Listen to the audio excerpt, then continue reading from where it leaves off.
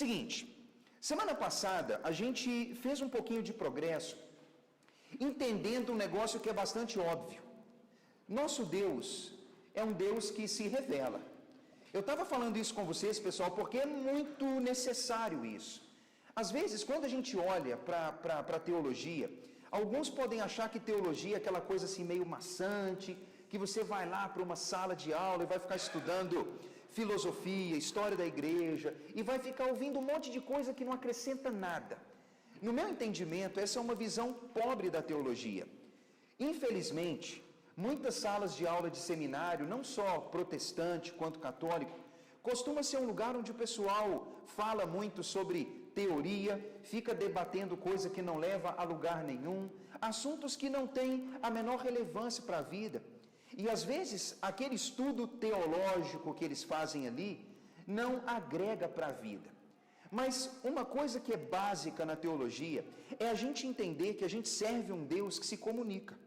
E quando a gente pensa em teologia, a gente está falando que teologia é o estudo de Deus e da relação que Deus tem com a sua criação. Logo, se há relação, significa então que há relacionamento. Essa é a ideia básica. Se há uma relação, significa então que existe relacionamento e é a intenção do Criador estabelecer relacionamento com a sua criação. Diante disso, eu falei para vocês algumas palavras que são chave. Eu falei a palavra revelação. Eu falei que Deus é um Deus, então, que se revela. E quando eu falo esse termo, pessoal, ele é importante por quê? Se Deus não se revelar, como que o homem pode extrair conhecimento de Deus? Pense comigo. Se Deus, ele não se revelar, como que o homem poderia saber sobre ele? Na verdade, o conhecimento que a gente tem de Deus, ele só é possível porque Deus teve a iniciativa, partiu de Deus, foi Deus quem decidiu se revelar. Porque por mais inteligente que a gente seja, por mais que a gente para e pensa, se Deus não tivesse tido a iniciativa de se mostrar, de mostrar as suas ideias, de mostrar o que Ele está fazendo, por mais inteligente, a gente nunca ia entender nada, né? Mas a Bíblia fala que Deus é um Deus que se revela. Ele é um Deus que se comunica de várias formas, se comunicou várias vezes, e Ele então tem mostrado para nós quem Ele é, qual a sua vontade, como Ele trabalha na criação e qual é o plano que Ele tem para o futuro. Com isso, pessoal, quero dizer o seguinte: Deus, Ele tem se revelado. Mas a pergunta é, como Deus se revela? Qual que é a maneira pela qual Deus se revela? A gente viu na aula passada que Deus tem se revelado por meio da inspiração. Ou seja, Deus escolheu homens por meio de quem Ele transmitiu a sua vontade. Então, significa que Deus está se revelando para o mundo, mas Deus estava usando pessoas nesse processo de revelação. Ou seja, Deus, para nos dar o conhecimento dEle, Ele nos permitiu ter um livro escrito, onde a gente pode saber das origens, a gente pode saber do fim, a gente pode saber das coisas espirituais, a gente pode saber de coisa que está além até assim da nossa curiosidade. E Deus então se revelou dessa forma, mas usando homens sobre quem Ele soprou aquilo que Ele queria que eles transmitissem. Revelação é importante, mas inspiração é também importante. Deus está inspirando ou soprando a palavra, soprando a mensagem no coração e na mente daqueles homens, e eles então escreviam e transcreviam usando os recursos que tinham. Pessoal, vê se isso está fazendo sentido. Deus então está se revelando. A revelação máxima de Deus é a Bíblia, concordam? A Bíblia é a revelação máxima de Deus. Tudo que a gente quer saber de Deus, a gente pode lançar a mão do que está escrito. Mas a grande questão que a gente trabalhou semana passada é, as pessoas vão dizer, mas papel aceita tudo, né? Papel aceita tudo. Todo mundo, gente muito inteligente, poderia pegar e começar a escrever um negócio e falar que veio de Deus. Mas nós vimos na semana passada que A Bíblia é um livro que foi soprado por Deus. Ele veio de Deus. Foi Deus quem deu a capacidade para os escritores escreverem. Nós vimos que a Bíblia, ela foi escrita num período de aproximadamente 1500 anos e que mais de 40 pessoas diferentes foram usadas para escrever a Bíblia. É um processo que começa com Moisés e vai até o último livro escrito por João. Ou seja, ao longo de cerca de 1500 anos, Deus soprou na mente de homens para que eles pudessem escrever a verdade usando a sua linguagem, a sua cultura e a sua capacidade. Isso significa que a mensagem é de Deus, mas o estilo de escrita era de cada pessoa. Um escritor mais culto usou uma linguagem mais culta. Uma pessoa mais simples usou uma linguagem mais simples. Pessoas com um perfil ou uma personalidade um tanto mais melancólica ou sentimental, usou isso na maneira como escreveu. É o caso de João, por exemplo. A gente vê os escritos de João, ele é um homem muito amoroso, um homem que vive muito mergulhado nessa ideia do amor. E ele então fala muito disso. É o modo dele, uma coisa assim bem sentimental, meio paterna. Paulo, por exemplo, em algumas das cartas de Paulo, Paulo é duro, incisivo, ele escreve assim, descendo o chicote nas pessoas. Aí quando você lê a segunda carta para Timóteo, Paulo estava bem no fim da vida. Paulo já estava preso e daquela prisão ele não sairia mais. Paulo escreve uma carta altamente emotiva.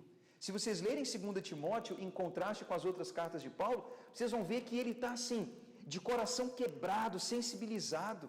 Então a gente observa que o momento, a personalidade, os recursos interferiam demais, tá certo? Então, Deus se revelou inspirando os escritores, mas eles usaram os recursos que tinham. Uma breve recapitulação aqui. Deus poderia ter comunicado a sua vontade e também as suas obras de inúmeras maneiras.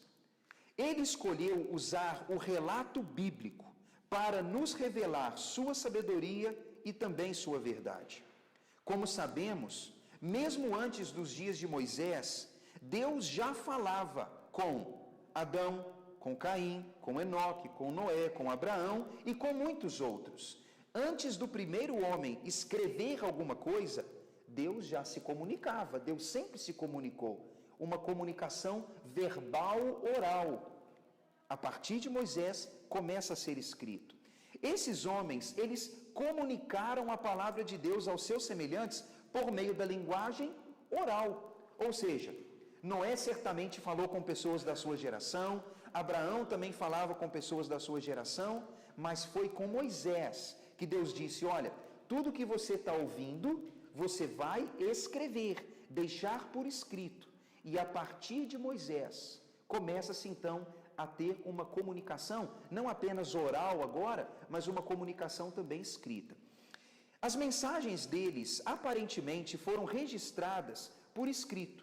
Na verdade, alguns deles proferiram discursos em épocas que ainda nenhuma forma de escrita havia sido inventada. Foi o que falei semana passada. Antes do dilúvio, a escrita nem estava desenvolvida ainda, né?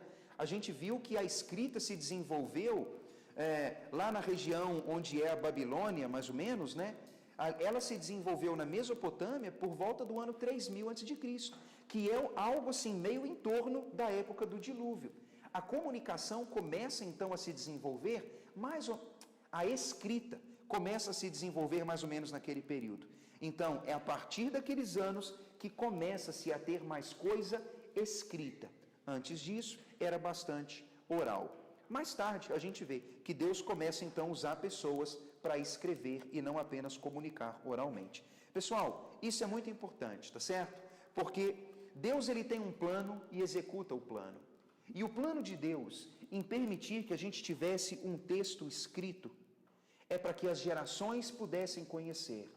É para que a comunicação oral não atrapalhasse ou pervertesse a verdade comunicada através dos anos. É brincar de telefone sem fio, né? Fala um negócio ali na Ione, quando chegar lá no Adilson, chegou, sei lá, uma coisa totalmente diferente. Tradição oral é assim. E para nós, então, é mais difícil ainda, né? Porque a cultura do Ocidente, ela não é uma cultura de forte tradição oral, como é no Oriente, na Ásia, no Oriente Médio. Eles são pessoas que têm muito zelo pela história, pela tradição. E pais compartilham com filhos tradições e conhecimentos que vão de geração em geração. Eles são mais zelosos. Então, a gente não tem muito essa experiência, né? Mas eles usaram isso no passado.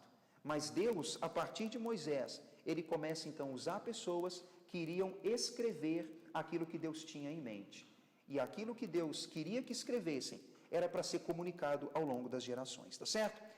Hoje, na página 6, como está aí nesse material, eu quero começar a desenvolver com vocês um pouquinho o Antigo Testamento, tá certo? Nós estamos estudando a Bíblia, uma introdução à Bíblia ou bibliologia. E na página 6, vocês observam aí que tem o desenvolvimento do Antigo Testamento. Pessoal, informações básicas querem enriquecer seu conteúdo de alguma forma, tá certo?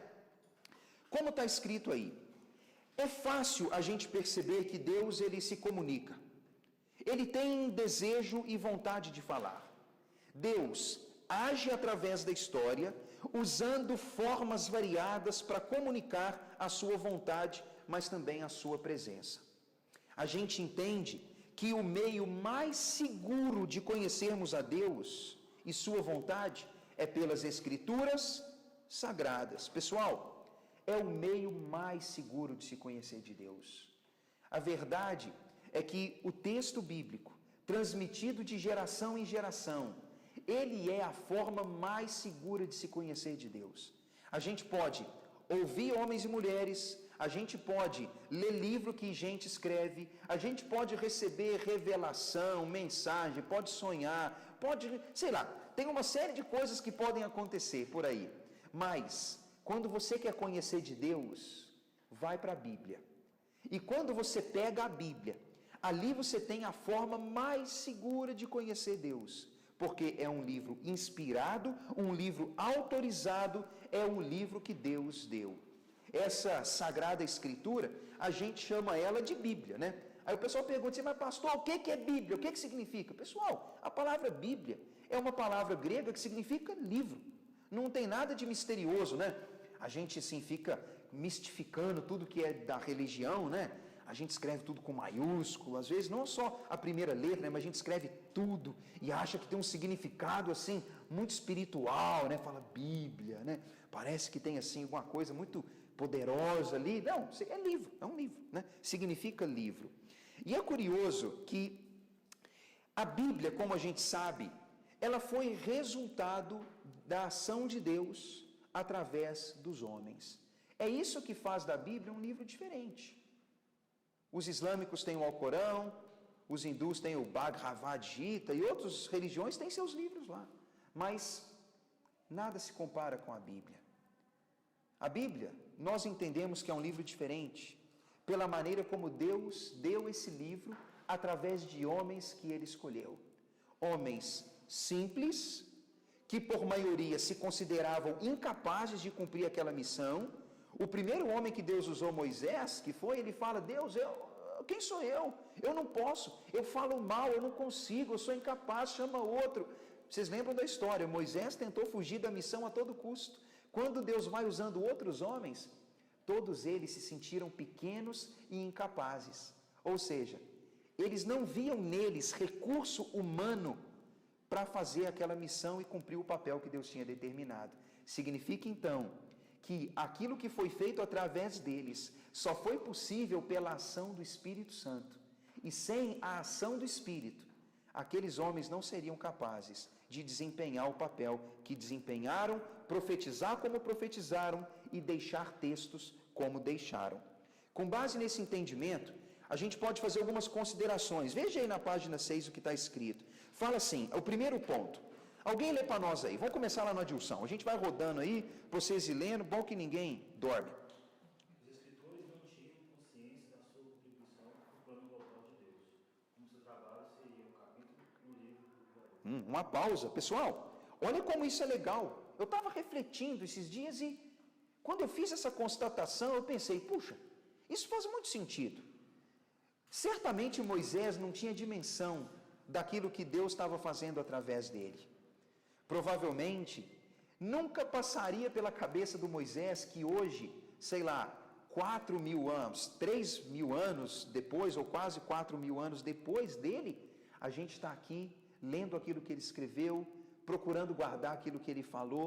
Eles provavelmente não tinham dimensão de que aquele trabalho, naquela época, naquela localidade, naquele pequeno país do mundo, que aquilo que estava sendo feito ali teria uma repercussão não só mundial, mas também através dos tempos. Ou seja, o trabalho do Moisés foi um capítulo, uma parte de algo muito maior que Deus está fazendo. E provavelmente ele não tinha dimensão do que Deus estava fazendo através dele. Provavelmente quando ele compartilha aquilo que compartilhou, ele não tinha ideia. Quando aqueles profetas menores que a gente chama, né? Quando Abacuque vai lá e fala aquela palavra, né, na oração dele, ainda que a figueira não floresça, a videira não dê fruto, ainda assim eu vou me alegrar em Deus. Que não só se prega isso hoje, como a gente canta isso num monte de músicas, e como que aquele homem simples tem sido lido, celebrado e lembrado até hoje. Certamente não passava na cabeça deles a dimensão do que Deus estava fazendo. O 2. A Bíblia, em sua totalidade, é um livro escrito e coligido ao longo de mais de 1.500 anos. Isso, foi o que falei aqui mais cedo. Ele foi escrito e reunido durante esse período. Coligido tem a ideia de reunido. O 3. E na ótica dos autores romanos, as mensagens que ele transmitia atendiam a uma necessidade imediata e histórica. Mas se são de grande amplitude, como hoje sabemos, ou seja, falaram na época dos profetas, ainda hoje e falam do futuro. Olha, pessoal, como que é interessante isso. Quando eles falavam alguma mensagem ou escreviam alguma mensagem, certamente eles pensavam que aquela mensagem ia cumprir um propósito naquele tempo, né? Provavelmente eles pensaram que Deus estava usando eles para fazer alguma coisa nos dias deles, com o povo deles. Mas é o que eu falei antes. As palavras e os escritos foram úteis naquele tempo, estão sendo úteis hoje e falam de coisas do futuro. Ou seja, eles são atemporais e são alocais, se existe essa palavra, né? Não é limitado a uma época e não é limitado a uma localidade. Ou seja, aquilo que Deus falou através deles era para o tempo deles, para o nosso tempo e para o futuro também. O 4. Primeiro, entendendo perfeitamente o que falaram, aqueles homens usaram palavras do futuro, que coisas que ainda aconteceriam. Veja 1 Pedro. Vamos, pessoal, se vocês estão com a Bíblia, vamos ler o texto de 1 Pedro? É muito interessante. É só para vocês observarem como que essa verdade se aplica. 1 Pedro, capítulo 1, versículo 10 a 12.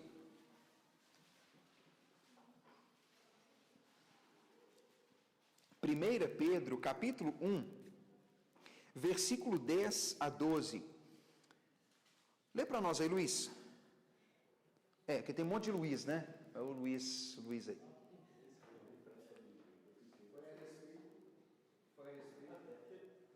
É o de lá. Não vou ter que fazer assim, Luiz Antônio, Luiz Santos e Luiz Cláudio. É isso aí. Luiz Antônio aí, ó. Foi a respeito dessa salvação que os profetas perguntaram e procuraram saber com muito cuidado. Eles profetizaram a respeito da salvação que Deus ia dar a vocês. E procuraram saber em que tempo e como essa salvação ia acontecer. O Espírito de Cristo que estava neles indicavam esse tempo ao predizer os sofrimentos que Cristo teria de suportar e a glória que viria depois. Quando os profetas falaram a respeito das verdades que vocês tenham dito, agora Deus revelou a eles que o trabalho que faziam não era para o benefício deles,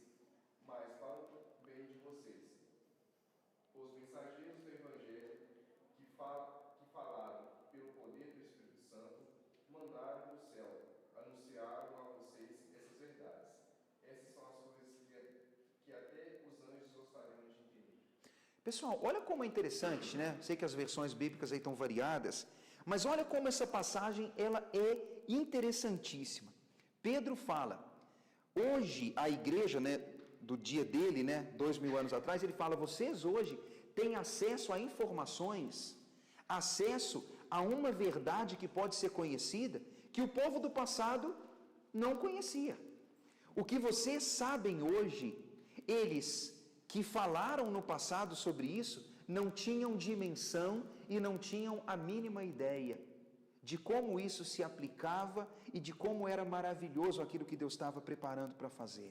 Pessoal, o que Pedro está querendo dizer é o seguinte, quando Abraão falou do futuro, quando Davi falou do futuro, quando os profetas falaram do futuro, eles falaram de coisas que eles não compreendiam, que eles não iam experimentar, mas são vocês que estão experimentando isso. Ou seja, Deus usou eles em um tempo para falar de coisas bem futuras que eles não tinham nem dimensão de como elas seriam. E sabe, irmãos, o que Pedro quer dizer exatamente é a respeito da vida de Jesus, da sua morte, sua ressurreição e o cumprimento do ministério de Jesus. Quando no Antigo Testamento Moisés fala disso no Gênesis, quando fala isso de alguma forma em Deuteronômio, quando Deus faz um pacto com Davi, e quando Davi nos seus salmos faz muitas profecias a respeito da vinda desse Cristo, eles estavam falando de coisas que eles não experimentaram, porque vieram séculos depois deles. Mas a igreja dos dias de Pedro e a igreja de hoje pode experimentar isso. O que então estou querendo dizer? Os homens que Deus usou no Antigo Testamento falaram de coisas que estavam muito além do tempo deles, estava muito além do discernimento deles. Eles falaram de coisas que eram para o futuro, coisas preciosas, que eles certamente não entendiam o tamanho daquilo que eles estavam anunciando. Quando eu penso, quando Davi escreve lá num salmo, né, que ele fala que Deus não deixaria o ungido dele na morte e nem permitiria que ele experimentasse corrupção. Quando Davi fala aquilo, Davi provavelmente estava falando, pensando que Deus cuida do rei, daquele que é ungido dele, né? Aquele a quem ele ama. Mas o Novo Testamento vai dizer, quando Davi falou aquilo até podia ter a ver com o rei, mas isso tem a ver com Cristo. É ele que não fica na morte, é ele que não experimenta corrupção. Ou seja, eles falaram de coisas no seu tempo, mas eles não tinham ideia de como aquilo era maior, mais poderoso e mais precioso, como a gente sabe hoje, porque esses eventos já aconteceram. Então, tem outros textos, depois em casa, você pode ler eles também, tá certo? O ponto 5, vamos lá, Andrezão. Sim. Como evidência clara da ação de Deus na composição da Escritura, está a harmonia entre os livros, o desenvolvimento histórico que ele menciona por meio de locais, datas e personagens, bem como a abertura da história e seu fechamento futuro.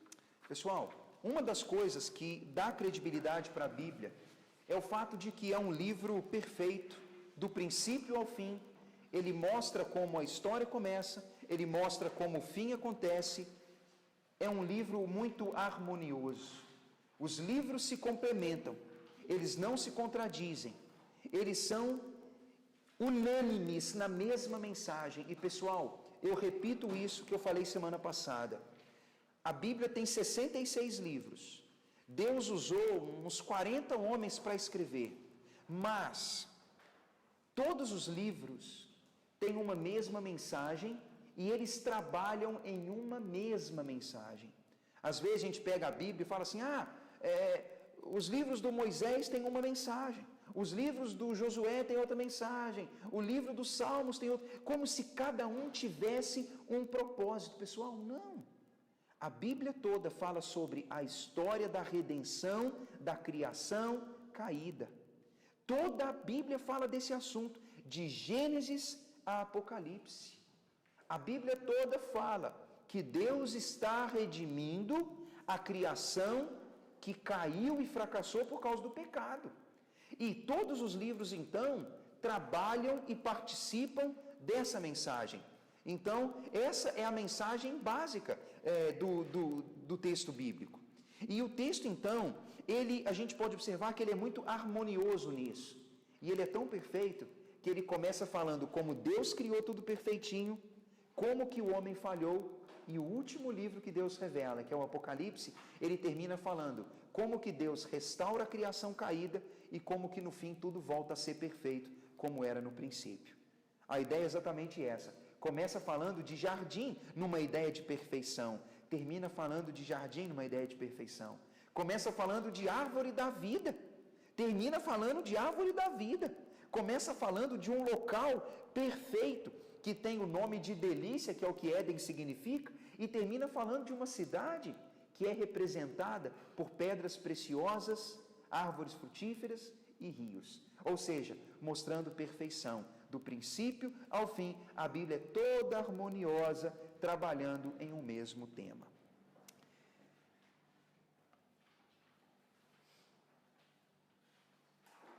E a gente vai observar na página 7, nós vamos começar a responder então e entender algumas coisas, responder perguntas e entender alguns fatos. A gente agora pode pensar um pouquinho sobre quem escreveu o Antigo Testamento. É uma pergunta que pode parecer básica, e talvez vocês já sabem disso, né? Mas o primeiro autor das Escrituras foi Moisés. A gente entende isso. Ele foi um homem que teve com Deus um relacionamento de proximidade como nenhum outro homem teve. O texto de Números que foi mencionado aí é um texto que fala, né? O Arão e a Miriam, que eram irmãos de Moisés, ficavam com ciúminho, falando, que é isso? O que esse Moisés acha que é? Ele acha que é melhor que a gente? O que ele acha que é? Deus fala, olha, meu filho, se mete com Moisés, não.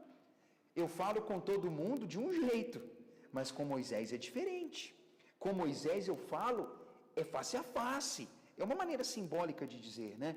O relacionamento é direto, é pessoal, é particular. Então, Moisés foi um homem que teve um relacionamento de proximidade com Deus. E Deus, então, usou esse homem para que ele escrevesse 5 livros que nós temos hoje no nosso texto sagrado. Ele escreveu a Torá, que significa lei, que são os 5 primeiros livros da Bíblia. E fora os 5 primeiros livros, Moisés também é o autor de um salmo, o Salmo 90. A título de curiosidade, né? Moisés ele nasceu por volta do ano 1520, antes do nascimento de Cristo.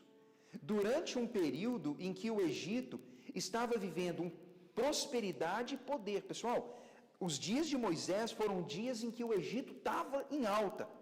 Como nós sabemos da história, ele foi criado na casa do próprio faraó, ele recebeu toda a ciência dos egípcios. Atos capítulo 7 fala isso. Sendo muito provável que ele tenha aprendido a ler e escrever segundo a cultura egípcia, aprendendo língua dos egípcios, o acadiano, o hebraico, que era de fato sua língua materna. Então olha como é interessante. O fato de ter nascido naquela época e ter crescido naquele ambiente, o menino cresceu, né, assim, trilingüe no mínimo, né? Falando a língua do Egito, a língua da Babilônia, falando a língua do povo dele, que era o hebraico. Como a gente pode continuar pensando, né? Moisés deve ter recebido orientação sobre administração, sobre guerra. O cara foi preparado para ser líder, para ser comandante, para ser nobre. Pessoal, ninguém que cresce na casa do faraó seria criado para ser servo. Ele era criado para ser governante, para ser um grande líder do povo. Então, a gente observa que esse era o Moisés, né? Um homem altamente preparado, um homem que teve uma boa criação.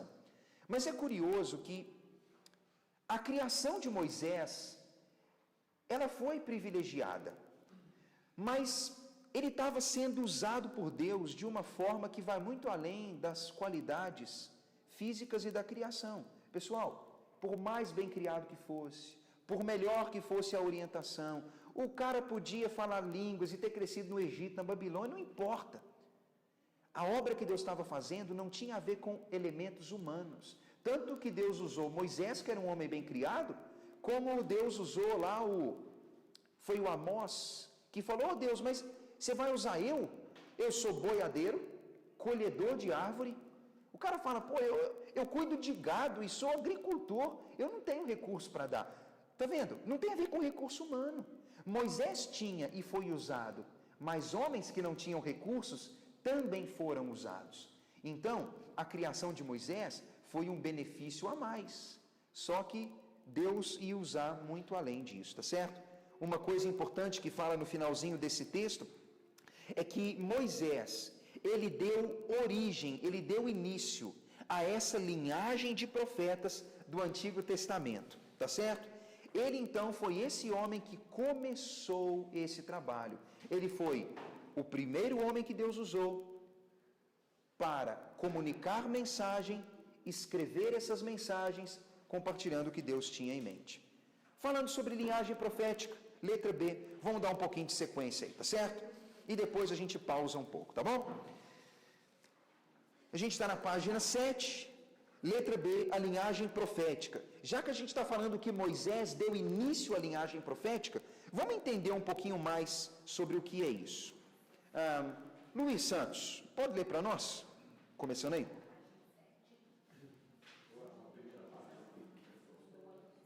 Deus providenciou critérios para que os profetas pudessem ser provados. Deuteronômio 13:14. De maneira que os falsos pudessem ser identificados por A. Transmitirem mensagens incompatíveis com o que já havia sido entregue por Deus, e B. Ter suas predições não cumpridas. Uma pausa aqui, pessoal. A gente está falando então que Moisés, ele deu origem a essa linhagem profética. O modo como Deus usou Moisés como profeta para comunicar a mensagem oral e escrita, não havia tido nada parecido anteriormente. Moisés então foi um cara que participou do início de uma maneira de Deus trabalhar, né? Ele foi precursor desse estilo que Deus estava usando a partir dali. Ele então deu origem à linhagem profética, mas a pergunta é, poxa, é um negócio muito perigoso, porque profeta tinha aos montes, né? Tinha muitos profetas. Mas é interessante, pessoal, que Deus tinha muitos critérios, né, para poder identificar profetas, para que o povo pudesse saber. Se vocês depois lerem o que fala Deuteronômio capítulo 13 e capítulo 14, vocês vão ver que os dois textos mostram que Deus deu critérios para se identificar um profeta. Um profeta poderia ser identificado como verdadeiro ou falso se a mensagem que ele profere é incompatível com o que já tinha sido dito ou escrito, e se aquilo que ele fala não cumpre. Então, Deus estava preparando o povo dizendo assim, olha, eu estou usando homens, mas como vocês vão saber quem é o homem que eu estou usando? Bem, se você observar alguém que está profetizando algo que vai contra tudo que eu já disse antes, saiba que ele é falso. E se aquilo que ele está dizendo não se cumpre, saiba também que ele é falso. A sequência, a gente pode observar que os profetas foram numerosos ao longo do Antigo Testamento. E a gente nem sabe exatamente o nome de todos e quantos de fato existiram. Mas a Bíblia dá o nome de alguns. A Bíblia menciona vários profetas.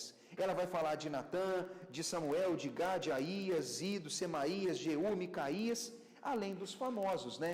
O Elias, o Eliseu, o Jonas, o Amós, Isaías e assim por diante. A Bíblia menciona muitos profetas.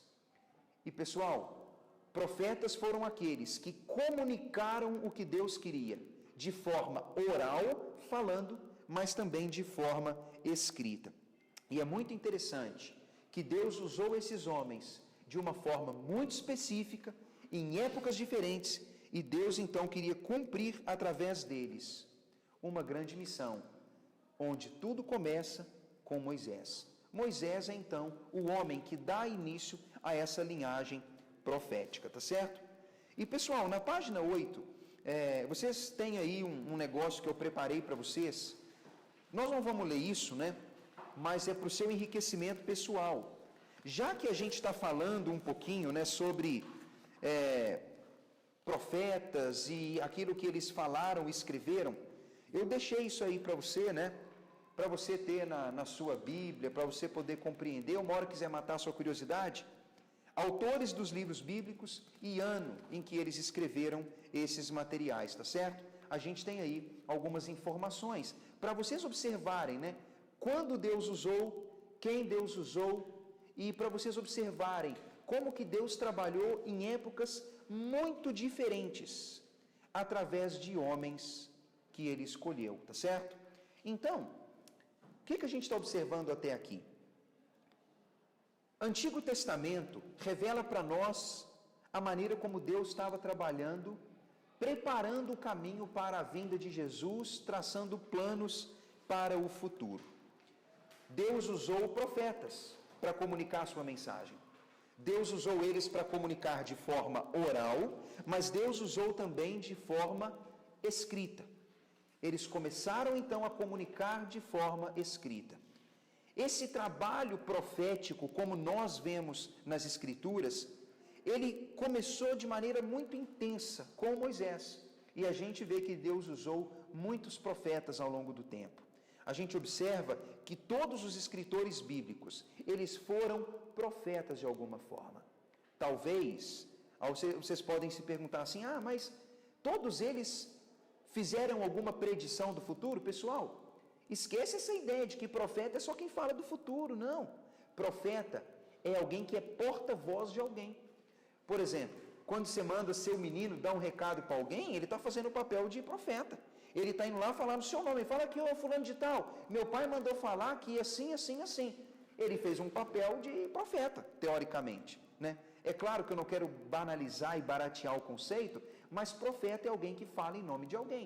Então, todos os escritores bíblicos e todos os homens que Deus usou de alguma forma para falar em seu nome são profetas. Fez sentido isso? Depois, na página 9, eu deixo também aí uma observação para vocês a respeito do grande dilema que existe. E o livro do Jó?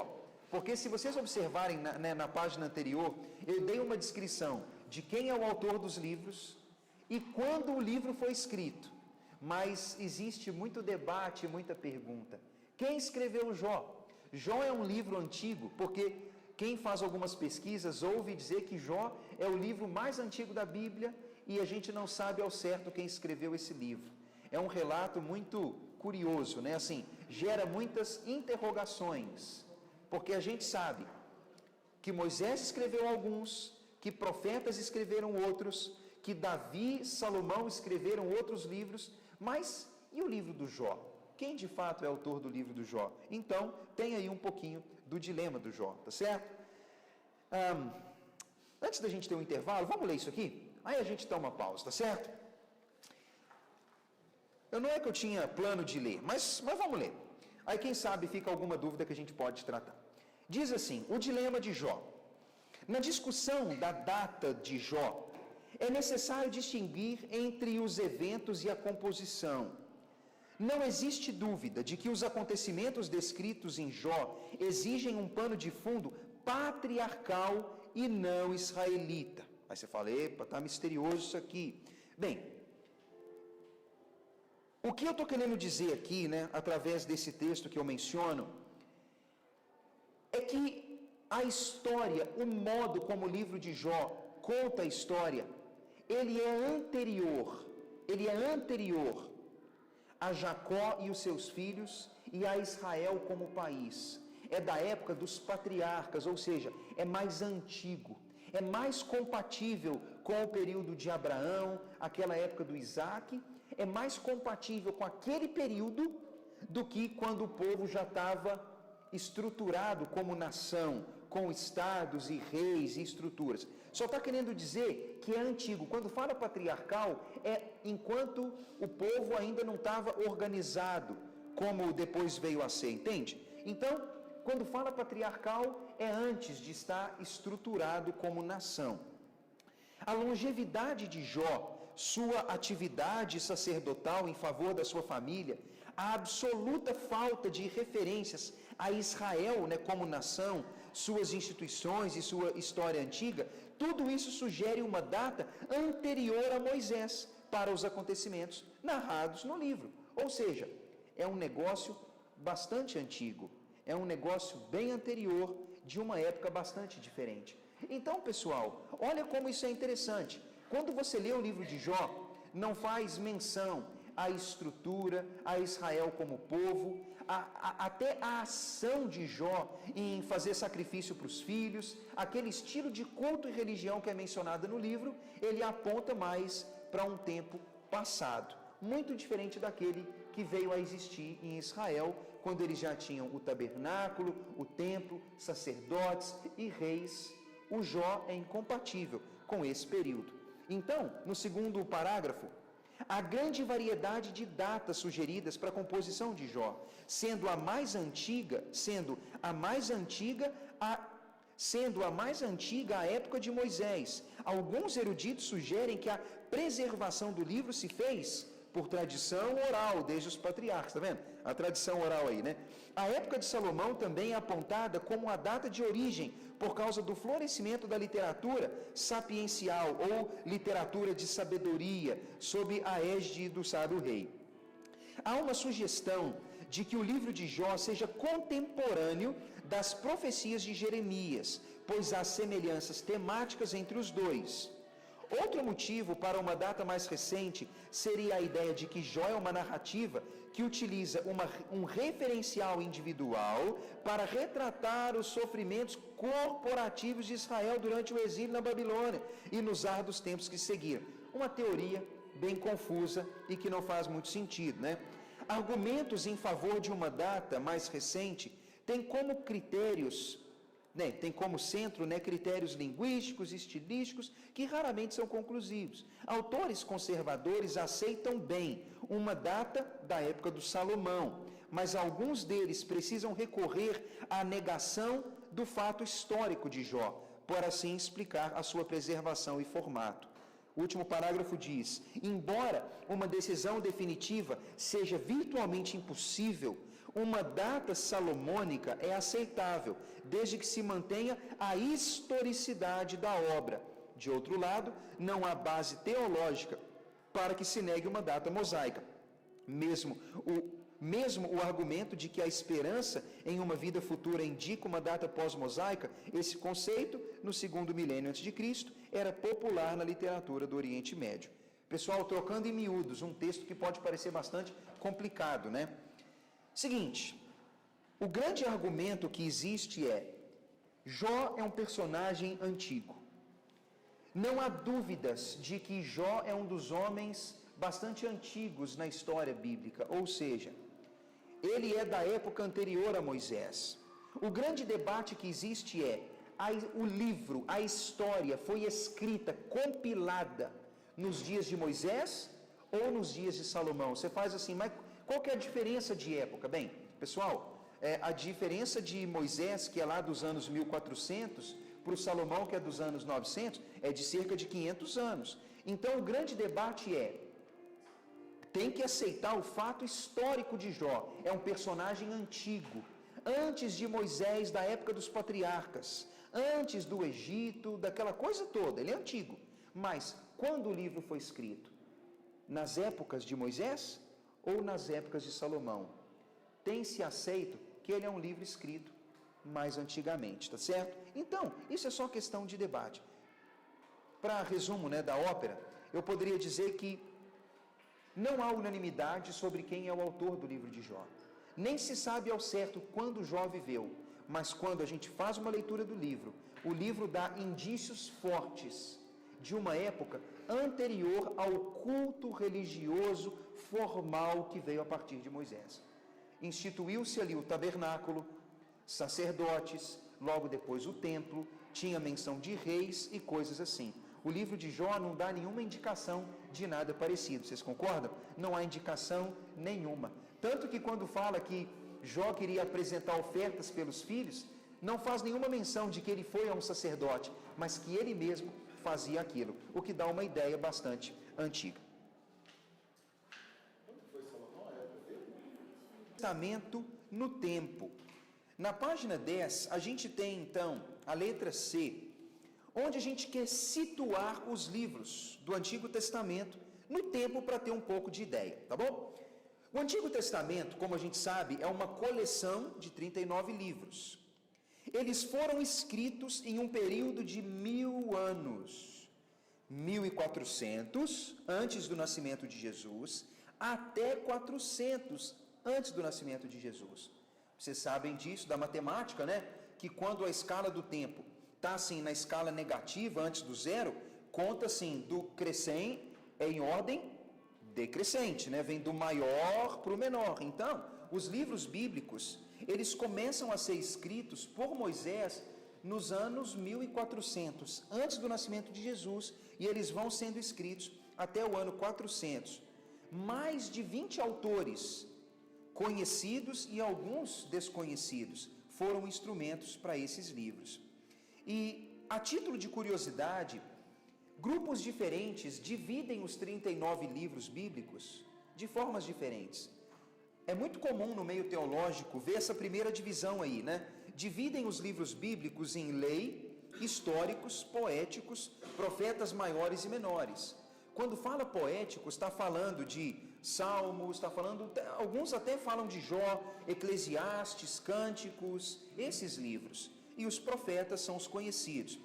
A comunidade judaica, ela costuma dividir os textos bíblicos, né, em lei, profetas e escritos. Dividem então a lei de Moisés, os escritos dos profetas e aqueles outros escritos, que são os Salmos, Provérbios, Eclesiastes e assim por diante. E quando a gente lê os evangelhos, a gente vê o próprio Senhor Jesus usando a expressão lei de Moisés e profetas. É interessante que todos esses modelos de divisão dizem respeito ao mesmo conjunto de livros. Não importa se chama de lei e profetas, ou se é lei, profetas e escritos, ou se é lei, históricos, poéticos, profetas maiores e menores, todos são modos de dividir os livros do Antigo Testamento, tá certo? Então, é só a título de curiosidade. Mas é importante observar que essas divisões são formas que estudiosos usam e nem são uma coisa assim tão importante, né? Não são um ponto de conflito entre quem pensa igual, especialmente porque há aceitação dos livros que compõem o Antigo Testamento. A coisa mais importante é, os 39 livros são aceitos, considerados dignos de crédito. Pessoal, o pior cenário seria Jesus dizer que alguns são dignos de crédito, a comunidade judaica dizer que outros, e nós dizermos que outros são e outros não. O Antigo Testamento, ele tem sido aceito com todos aqueles livros, de Gênesis a Malaquias, todos são considerados livros inspirados por Deus, onde Deus usa pessoas para falar e escrever, mas todos são dignos de crédito. E nessa tabela de baixo, ela é interessante, porque começando no ano 1400 até o ano 400 antes de Jesus, olha como é interessante, onde os livros se encaixam mais ou menos. Você vê, no ano 1400, a gente tem a lei de Moisés, onde tem esses 5 livros. Existe uma grande pergunta, Jó é desse período ou não? Né? É uma grande questão. A gente observa o livro de Josué por volta de 1350, por volta de 1050 a gente tem Juízes e Ruth, pelos anos 1000 a gente tem os Salmos, que são aí a maioria, porque é da época de Davi, Davi é do ano 1000 a.C., de 1000 até 575, a gente tem esses outros livros, né? 1º e 2º Samuel, 1º e 2º Reis. Quando tem essa data, pessoal, muito longa assim, é porque não há unanimidade, não há uma certeza grande para falar assim, não, é do ano 800, não. Então, tem um período de tempo que poderia ser o tempo em que esses livros foram escritos. Ano 950, a gente tem os de Salomão, a época em que ele reinava. De 750 a 700, alguns dos profetas, e daí para frente, outros profetas.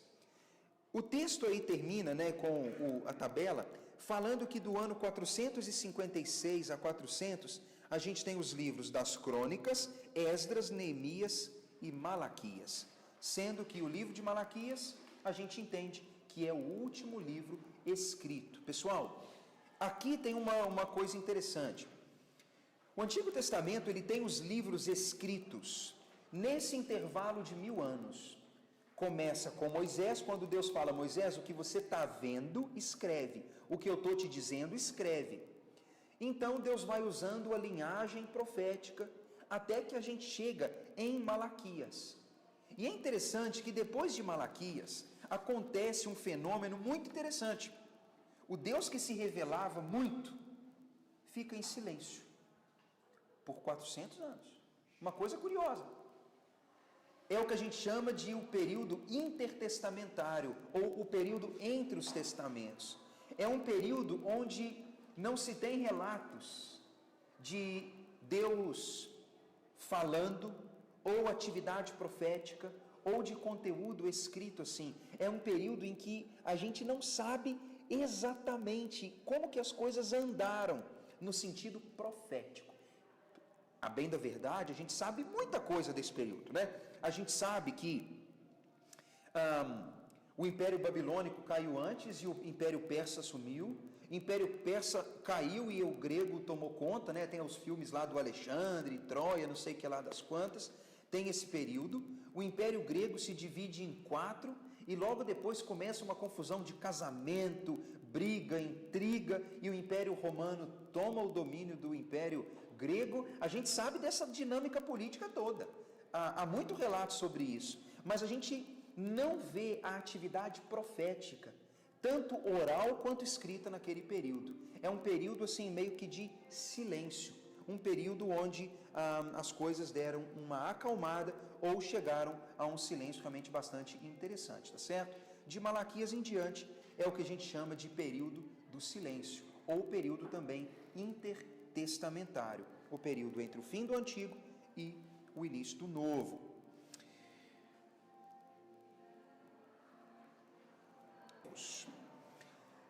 O problema dos apócrifos, então, a gente tem algumas definições. O que significa o termo apócrifo? Significa oculto. Esse é o significado, oculto. O uso primitivo do termo, pensando assim, a palavra no passado, lá nas origens. A gente acredita que a palavra apócrifo, ela foi usada por seitas antigas como referência aos seus livros, que eram reservados para o seu próprio uso, ou seja, quando a gente está falando de seita, a gente está falando de grupo religioso, seja eles assim meio malucos ou não, que eles tinham seus livros religiosos e eles então guardavam aqueles livros, eram os apócrifos, os livros ocultos daquela seita, assim, muito misteriosa, sabe? Então a palavra apócrifo parece que originalmente era usada nesse contexto. Mas o uso contemporâneo ou o uso atual, ele tem 3 características básicas. Se você procurar uma definição mais completa, vai te dizer assim: apócrifo ou livro apócrifo, número 1 aí, é uma obra religiosa destituída de autoridade e aceitação. 2, obra literária mantida na clandestinidade. Ou 3, material espúrio, ou seja, não genuíno, hipotético, duvidoso. Aí é isso que significa apócrifo.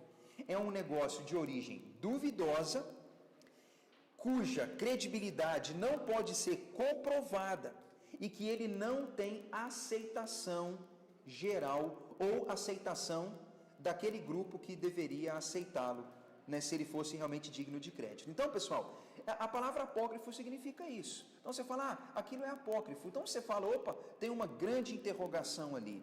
Então, isso significa a palavra apócrifo. Vale observar, né, que esses termos têm sido usados tecnicamente para se referir a certos livros que não foram aprovados para o ensino público e para figurarem entre aqueles que estão na coletânea do Antigo Testamento. Então, a palavra apócrifa, ela tem sido usada para se referir aos livros que não foram considerados dignos ou aceitos na coleção de livros do Antigo Testamento. Esse, então, é o significado. O 2, os nomes dos apócrifos. Pessoal, eu só menciono aqui os que estão inseridos na Bíblia, né, que vocês já falaram, tá certo? Havia outros, mas esses são os que estão na Bíblia católica. Os apócrifos que estão lá são Macabeus, Tobias, Judite, Eclesiástico, Sabedoria de Salomão e adições a Esther, Daniel, Jeremias, e também consta a oração de Manassés, que é um dos reis de Israel, tá certo? Não é o Manassés lá, parente do Jacó. Esses são os acréscimos. Então, quando a gente olha a Bíblia católica mesmo, ela tem esses livros acrescentados. Tem 5 livros e alguns acréscimos, tá certo? Então quer dizer que esses livros Esther, Daniel, Jeremias deles, Isso, sim. Tem alguns trechos adicionados, é isso aí.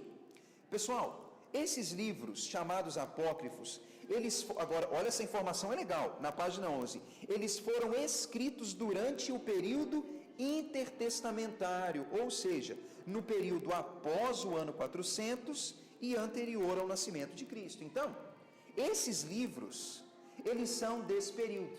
Aí, olha como é interessante. Eu afirmei para vocês antes que o período intertestamentário é um período muito nebuloso, um período muito silencioso. É um período onde a atividade profética, ela não teve um impacto ou uma relevância como nos períodos anteriores. Há quem diga que é um período de silêncio. E é nesse período nebuloso, misterioso, que os apócrifos começam a brotar e a surgir. Então é interessante isso, né? Num período de silêncio, onde profetas de Deus não estão se levantando, pessoal, não é que não havia povo de Deus, nem nada disso, mas é que não tem os Moisés, Isaías, Jeremias, Malaquias, Ageu ali, eles não estavam nesse período, e não se levantaram homens como esses, para desempenhar aqueles ministérios proféticos.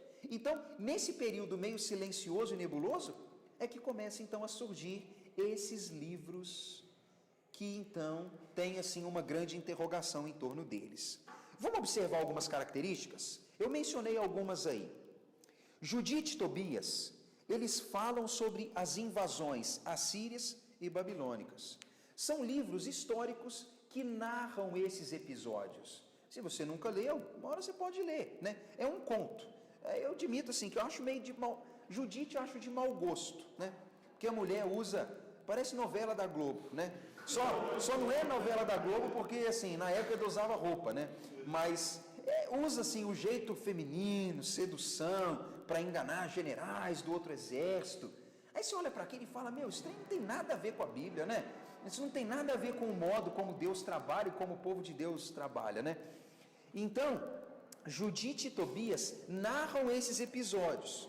O ponto 2 aí, né? 1ª e 2ª Macabeus relatam a guerra de independência dos judeus por volta do ano 165. Pessoal, o livro de Macabeus, ele é um livro histórico interessantíssimo. Ele narra um período da história que é muito cruel, nebuloso.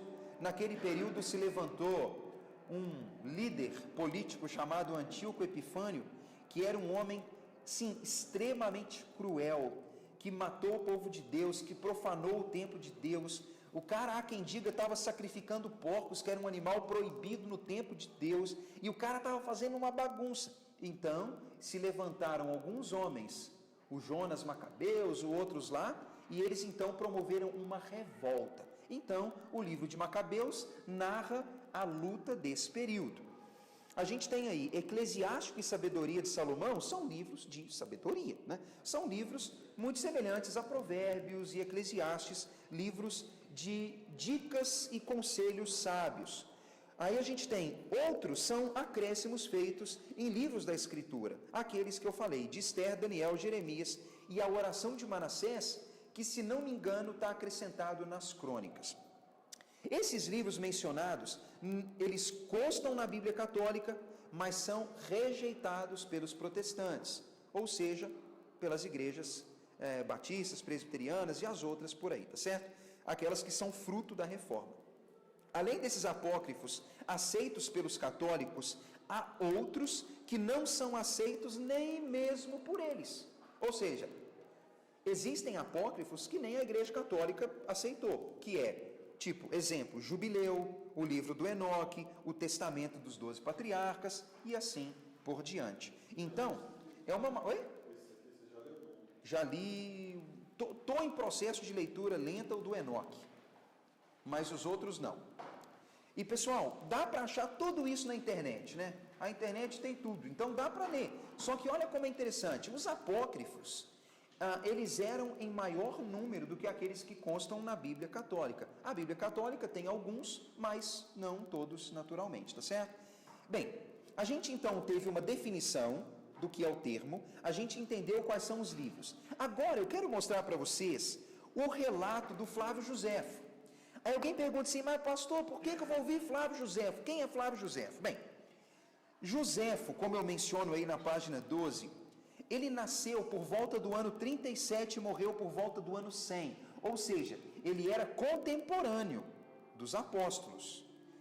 E ele era um historiador. O cara não era um cara metido a historiador, ele era historiador. O cara tinha reputação, credibilidade até no Império Romano. Ele tem sido digno de crédito porque ele deixou muitos relatos.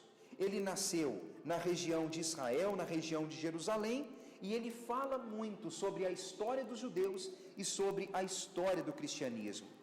O parágrafo 2 aí diz assim: em sua autobiografia, ele relata que o imperador Tito, o imperador romano, lhe entregou os rolos sagrados que foram retirados do templo de Jerusalém quando esse foi saqueado e destruído pelos romanos no ano 70 depois de Cristo, fazendo a seguinte afirmação, pessoal, a gente está falando agora, a gente está falando do Antigo Testamento, mas para comprovar e falar sobre os livros aceitos ou não, a gente vai pegar um relato do Flávio Joséfo, que viveu um tempo depois. Ele não era do Antigo Testamento, ele era contemporâneo dos apóstolos, daquele período pouco depois de Jesus.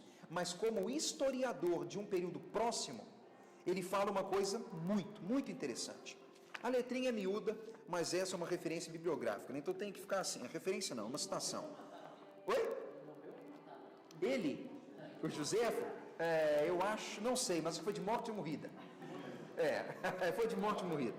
Seguinte, diz assim, na letrinha miúda, fala, pessoal, olha como que é legal o relato dele. Pessoal, isso é um livro, um material que ele escreve quando ele pega o livro sagrado, ou seja, só antes de ler, deixa eu só dar mais um esclarecimento. Vocês já ouviram e sabem que o templo de Jerusalém foi destruído. Não existe templo em Jerusalém. E ele foi destruído no ano 70, ou seja, 35 anos depois da morte de Jesus. Começaram a ter algumas rebeliões de judeus contra o domínio de Roma, algumas guerras. E a conclusão é que em um momento o Império Romano ficou assim impaciente com aquilo e falou: quer saber de uma coisa? Chega de intriguinha, chega disso. Nós vamos entrar lá e nós vamos pisar em cima daquele povo, e foi uma carnificina.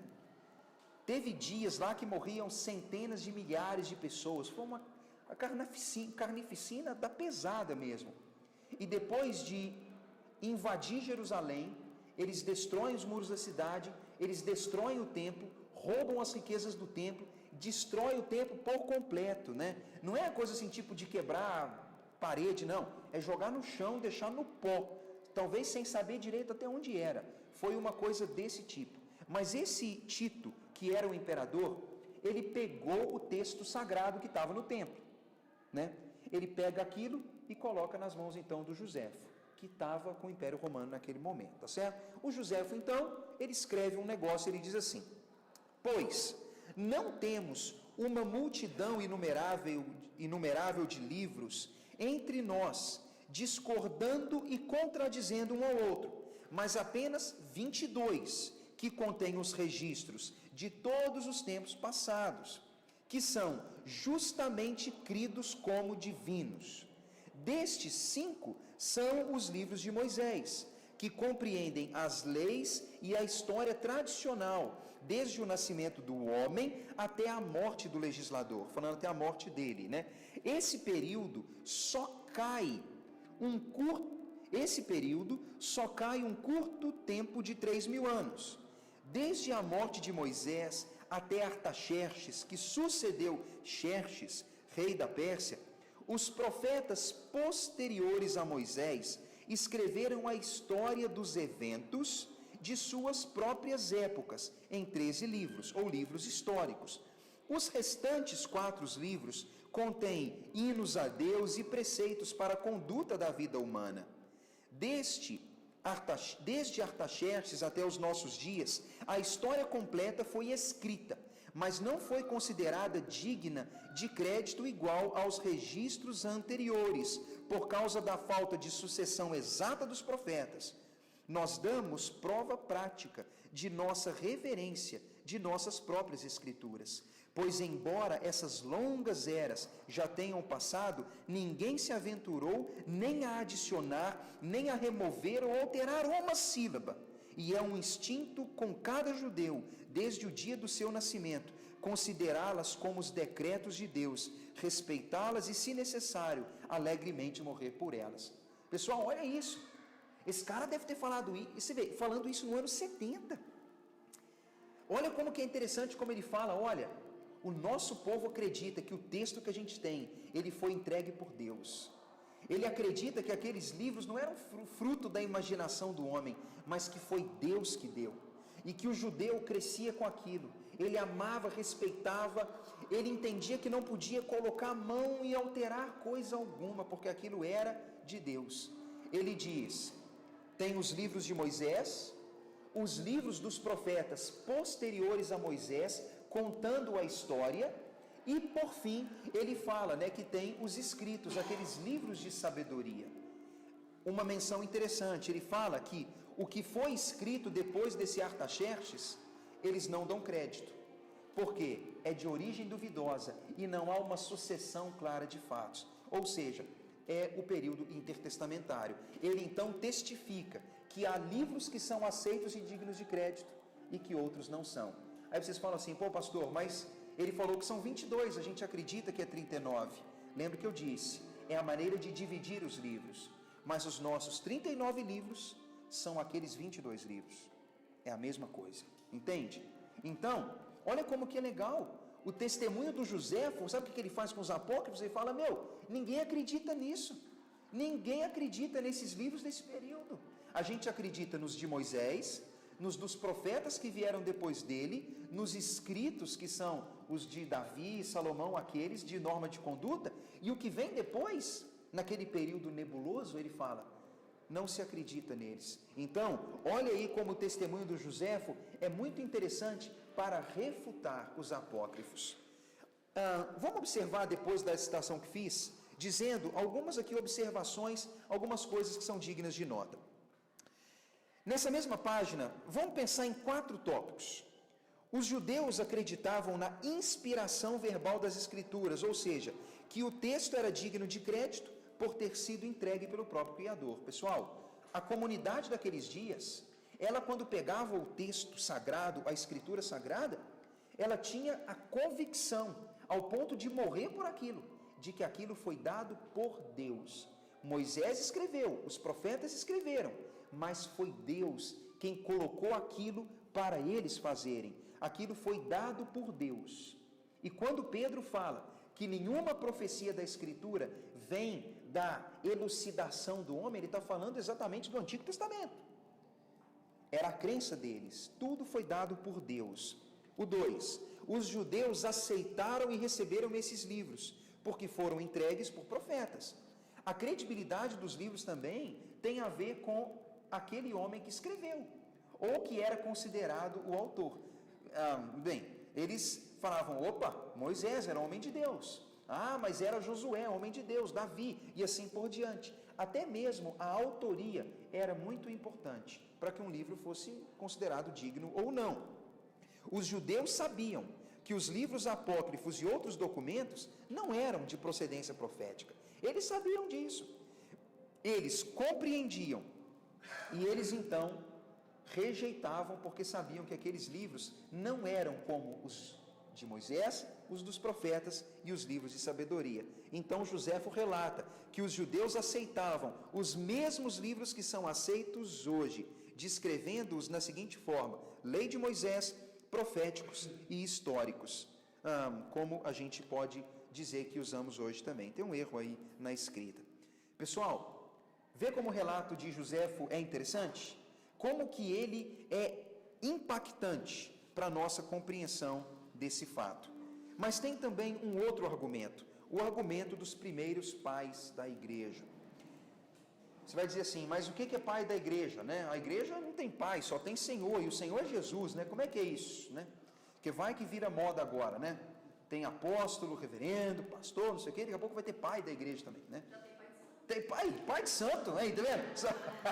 Só falta pai da igreja. Alguém alguma hora vai pegar esse título, né?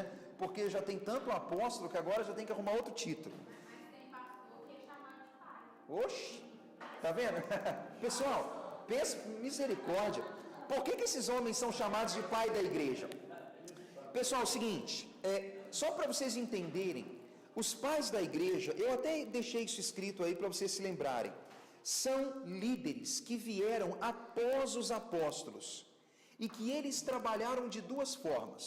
Eles cooperaram com o avanço da igreja, mas eles também lutaram contra heresias que estavam surgindo. Quando vocês pensarem nos pais da igreja, pensem nos discípulos dos apóstolos, que viveram provavelmente depois, entre o ano 80, 100 para frente. Aqueles cristãos que viveram na geração depois daqueles discípulos. Eles são chamados de os pais da igreja. Então, é um período muito interessante, porque foi um período onde muitas heresias começaram a surgir. Muitas dúvidas e muita gente começou a disseminar muita coisa que ameaçava a estabilidade da igreja. Então, alguns líderes se levantaram e começaram então a defender a igreja. Talvez daí eles tenham recebido esse título de pais da igreja. Na página 13, tem aí uma observação que é importante. Bem, nós vimos o testemunho do Joséfo, mas é importante observar que muitos desses homens, desses pais da igreja, rejeitaram os escritos apócrifos e duvidosos, defendendo o uso dos livros, cuja origem fosse confiável. Pessoal, olha isso. Eles estavam indo contra aquelas coisas que eram duvidosas. Esse negócio de, mas esse livro, aquele livro, eles não estavam dando corda para isso. O lema deles era, se o livro é considerado indigno de crédito, se a mensagem dele conflita com as outras mensagens bíblicas, eles começaram então a rejeitar, tá certo? Entre homens que defenderam a igreja dos livros apócrifos, tem esse aí, né? O Melito de Sardes, o Orígenes do Egito, o Atanásio de Alexandria, o Eusébio da Cesareia, dentre outros. Eu posso mostrar para vocês aí, né? Que eram homens que viveram nos anos 100, 200, 300 e assim por diante. Homens que viveram naquele período depois do Joséfo, que também combateram os apócrifos. O testemunho desses homens é importante porque uma série de controvérsias religiosas tomaram grande proporção e ameaçaram os rumos da igreja que florescia mundo afora, exigindo que cristãos capazes se tornassem grandes apologistas ou defensores frente às investidas do engano e da dúvida. Infelizmente, depois de muita defesa contra os apócrifos, no ano de 1545, num concílio na Itália, na cidade de Trento, os apócrifos foram considerados inspirados por Deus. Sabe o que é mais estranho? A comunidade judaica nunca aceitou isso.